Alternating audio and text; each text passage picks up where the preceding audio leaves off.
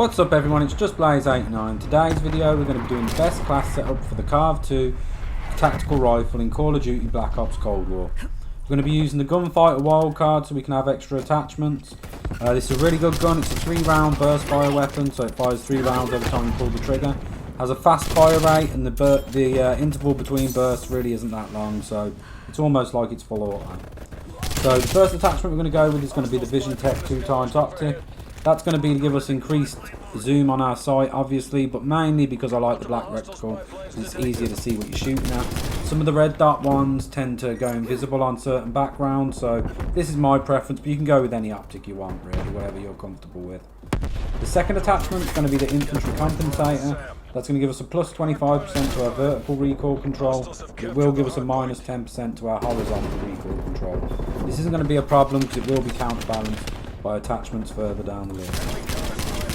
The next attachment is going to be the Task Force barrel.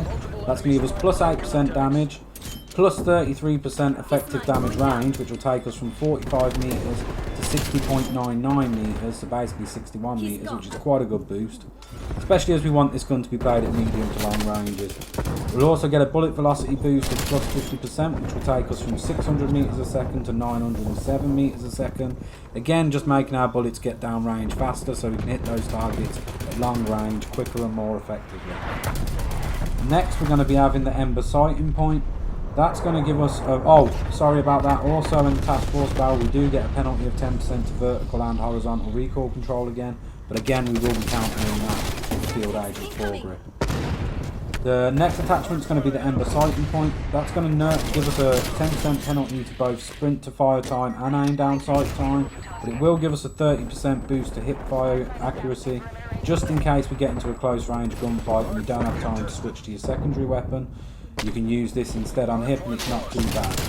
It also gives us a 30 meter reveal distance, which is basically the same as the flashlight, where if you're aiming anywhere near where someone is, they'll get a red circle appear above their head, which will make it easier to see them and see where they are, especially if they're head glitching or if they're on the in the bushes on maps or anything like that. Very useful.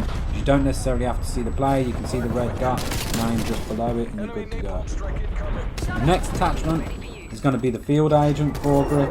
That's going to give us a plus 10% to our vertical recoil control and a plus 40% to horizontal recoil control. It balances out the previous times where we've had penalties to it and gives us a great boost to accuracy. With this, the gun is basically a laser beam, as you'll see in this game. There's very little recoil to it at all, and what recoil there is very easy to control, even at long ranges, so this really helps out, this attachment does.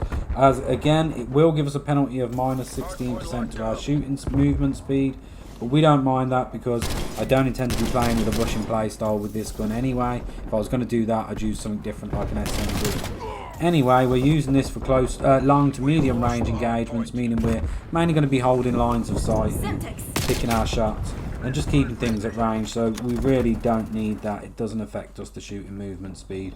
The next will be the 54 round drum. Obvious reason, it's going to give us more ammo in the magazine, but also gives us a slight delay to our reload, but that doesn't really matter to us, to be honest. Just make sure you move to cover when you're reloading and you'll be fine.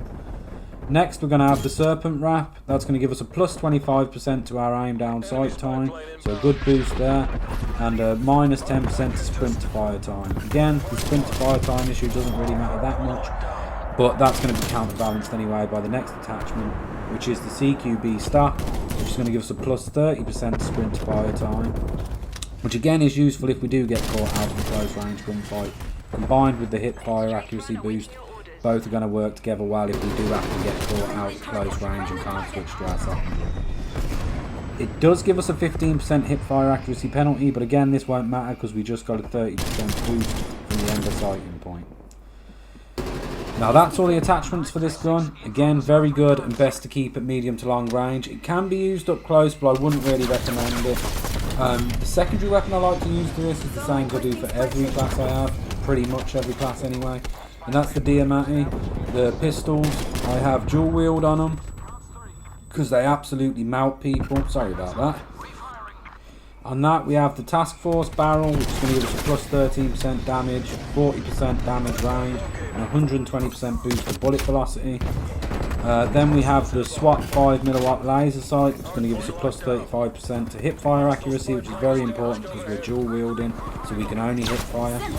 We're also then going to have the salvo 30 round fast mag, and that's going to give us 100% ammo capacity boost, 40% reload quickness, which means we can now reload in 1 second, and 100% starting ammo boost, which counters the last one, the task force barrel, which took down some of our ammo by 1 magazine. We do have a 25% penalty to our aim down sight time, but again this doesn't matter as you can't aim down sight anyway while you're dual wielding, and obviously the dual wield attachment is our other one. As for equipment, I tend to run the stim shot, semtex and gas mine.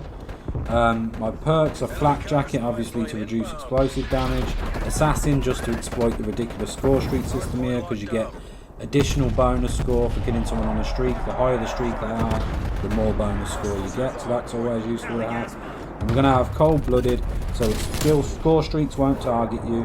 You're immune to the flashlight attachment and to thermal scopes. You also won't show up as a target for people when they're controlling score streaks either.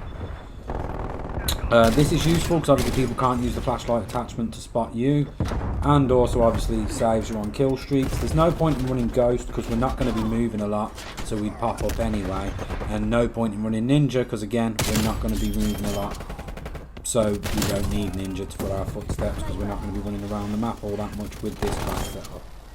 So that's the class setup. I hope you enjoyed the video. I hope you find it helpful. Let me know what you think of the video down below. If you did like the video, don't forget to leave a like and maybe consider subscribing for more similar content. Either way, I'll see you in the next one. Peace. Semtex arm.